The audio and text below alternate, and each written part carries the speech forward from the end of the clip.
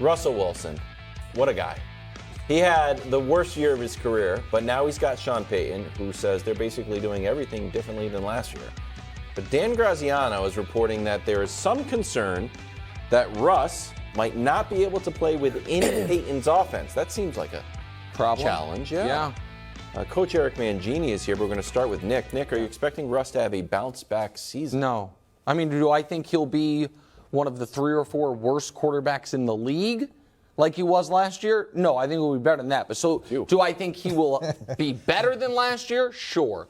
Bounce back implies anywhere close to the player he was for the first 9 years of his career in Seattle. No. There is no precedent that I could find for what has happened to Russ over the last not 1 but 2 seasons, and then all of a sudden he gets great again. There also is no precedent. What you guys tried to beat me over the head with yesterday was, Nick, how could you say Nat Hackett was on the hot seat after week 1 and then also say Russell Wilson's at fault for the team averaging 9 points a game for the first 2 months of the year? Mm-hmm. Because both things can be true. And I tried to find modern NFL history any great quarterback who was just totally undone by coaching. I couldn't find it. You have seen. I am not trying to Trevor understate. Lawrence. No, he was a rookie. We have plenty of rookies that struggle. But he was great. High school, college. And same with Peyton Manning. So let me rephrase it because you're trying to play Peyton a game here. undone with I haven't found a single veteran great quarterback. Not to be difficult, but like I don't know Kurt Warner's Giant statistics. What? But Kurt Warner went on a little dip and back up with the Cardinals. So we're attributing that to the coach. I don't know, but I'm just thinking of a big dip of a great guy. Yeah. So Kurt Warner also a very unique study from the beginning of his career. Secondarily, injuries played a big part of his end in St. Louis. And thirdly, Kurt Warner also, I don't think you're attributing his success in Arizona to, was it Ken Wisenhunt then? I don't even, Probably. I think it was Ken Wisenhunt. I don't think he's saying coaching. He's just saying a guy having a dip for whatever reasons outside of injury. Yeah, but Kurt Warner didn't have a decade track record. He had a 3-year track record. It was a Hall of Fame track record. Guys, Russell Wilson, prior to getting in business with Nat Hackett, for the first time in his career, finished below 500. For the first time in his career, missed games with injuries. For the first time in his career, while injured, did some really weird look-at-me stuff. That was weird. Then he did the exact same thing with Hackett. That was continued Was under weird. 500, missed games, did weird look-at-me stuff when injured, and refused to run the ball. Why is that guy going to all of a sudden be great again? That's what why? Well, look, if you're just attributing it to things that he did off the field or differences in behavior or anything like that, then you could say that the guy could look at that, examine it, and reposition himself and recommit himself and do some things that have led to success. And when you transition out of one system, one place you've been, into another place, not everybody is like Tom Brady where they can just jump back into it and be good. And remember, even Tom Brady, the first 5 games struggled, or the first 6 games struggled because they had to get it right. Now, whether or not he can be as good as he was, it's going to be a question of how well he can run this system. And this system is shifting, motioning, multiple personnel groups. There's a lot of things involved in it to be what Drew Brees was. What I do like that Sean Payton's done is he's told the coaching staff to go get Russ's greatest hits.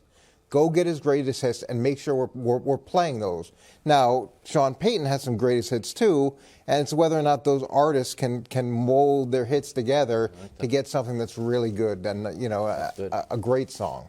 Nice play on words, That's Coach. fantastic. Very nice.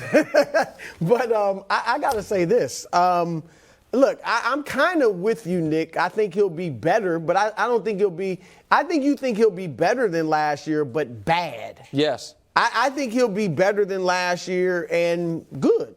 And I disagree with you that he was bad as last year in Seattle. We know he got hurt. We know he came back early from injury.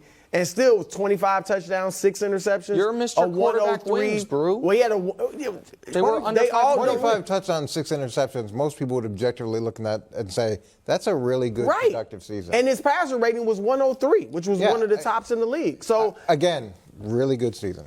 Last year was bad, but not last 2 years. But here's the thing. I think Sean Payton, we all know how good he's been with quarterbacks. Look at what he did. And I know Drew Brees was good before Payton, but he was much better with Payton. You see his TD interception ratio much higher, passer rating much higher. Same with Jameis Winston.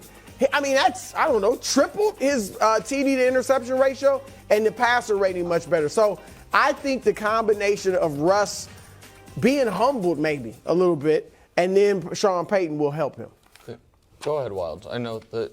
Go ahead. I know there's something you want to do. Go ahead. You got a great graphic. I have a great graphic. Did I step on your toes? A little bit. Your graphic, I liked your Mine graphic. was great. Sometimes we work in You silos. thought yours was good. My one better. Here, play my graphic. Let's hear it. Let's see it. Well, this is the Sean Payton effect. Jameis was 5-2. Teddy Bridgewater was 5-1 when he came in. That's a good one. Taysom Hill was your favorite, 7-2. So I believe that Sean good, Payton Miles. can make Russell Wilson good to competent. And the other thing was the Broncos went 5-12 last season from Josh. If they had scored 20 points in each of their losses, just give them 20, they would have gone 11-6. So the defense should be good. If you can get up to 20 points, they were in those games. There was a level of coaching incompetence that held them back. And yes, I think it infected Russell Wilson. And yes, he deserves a large share of the blame pie. But I think Sean Payton Coaching? will... Go ahead. I think Sean Payton will just get him to be average. And if you're average and can score 20 points, which is what the Panthers averaged, they go 11-6. Okay, but so as Coach says all the time, you are the head coach of the entire team.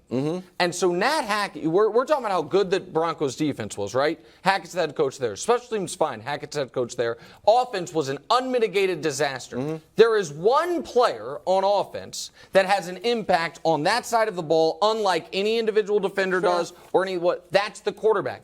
And all I am arguing is this, is that while Hackett was miserable at clock management and game management, he seems to be at the baseline competent of an offensive coach, right? It's not a Matt Patricia offensive coordinator situation, maybe it's right? just Aaron Rodgers maybe it's just Aaron Rodgers, but and I guess we'll see some with the Jets this year.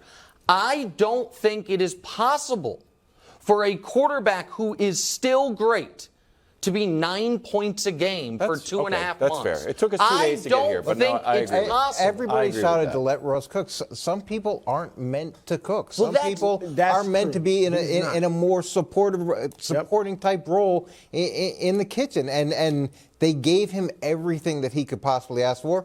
Some guys handle that really well. Some guys don't. And now Sean Payton's in control of the organization, and let's see. Maybe it takes the pressure off for us. And Pete Carroll's a pretty smart guy. And Pete Carroll and Russ's conflict was, I want to do more. And Pete Carroll, who may or may not be a Hall of Fame coach one day, but is certainly a very good coach, was pulling back the reins as hard as he could. And then finally, when he had to let go of it, they traded him. Yep. And so there is a level of, is Russell Wilson as good as we've ever seen at a very specific type of quarterbacking that includes his ability to run? Not that he was this dynamic runner, but he was a great runner in good spots. But now when he is trying to be, as he said to Dan Patrick, he wanted to be an MVP level guy, a Mahomes, a Brady. Well, that's where the humility comes. Yeah, like he does have to look in the mirror and say, you know what? I don't need to cook. Let me just do what it takes to win. That's tough. And look, the league has a way of humbling you, and he was humbled last season. And let's see whether or not he's recalibrated and he's a different guy. Okay, let's take a look at the odds in the AFC West. The Chiefs, Mahomes and friends at number 1. Then it's the Chargers, then the Broncos, and then the Raiders in last place.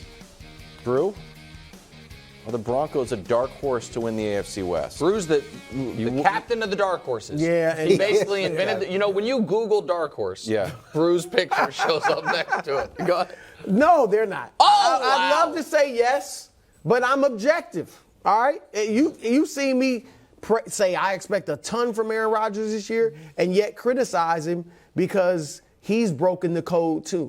So I'm going to be objective. No, I think the Chiefs clearly obviously the overwhelming favorite. If it's not the Chiefs. But if it's not the Chiefs, the dark horse has to be the Chargers. Well, they're in second. So we got 3 dark horses in a 4-team division? Can I tell you something?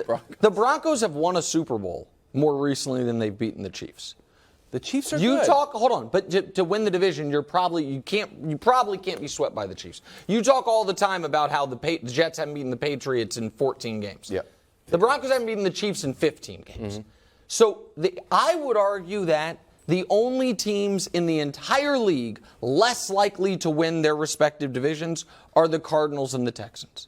I think the Raiders are going to be better than the Broncos. Yeah, I would say that the Raiders' numbers are off. I'd say the Raiders are much as dark horse as Denver is. Yeah, they should easily be the same. Yeah. Jimmy G. Oh, I mean, If he can stay upright, who knows? your guy. So can I ask you a question? Yeah, sure. Did your love affair with the Broncos last one show? No, they're You made a fair point. You made a fair point. You're off of them? I wasn't on it. Yesterday, you were gung-ho on Russell Wilson leading them to the playoffs. I'm saying they just need to score 20 points. You're just throwing Russell Wilson by the wayside. I believe in Sean Payton.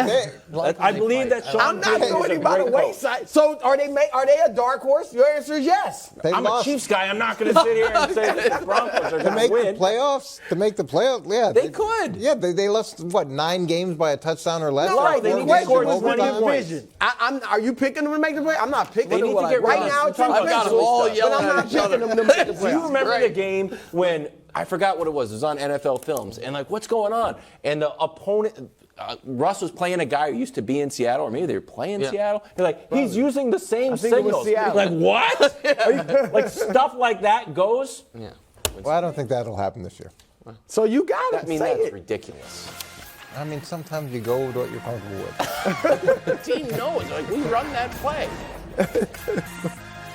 Thanks for watching. Subscribe here to get more from the show and to check out clips from other shows on FS1.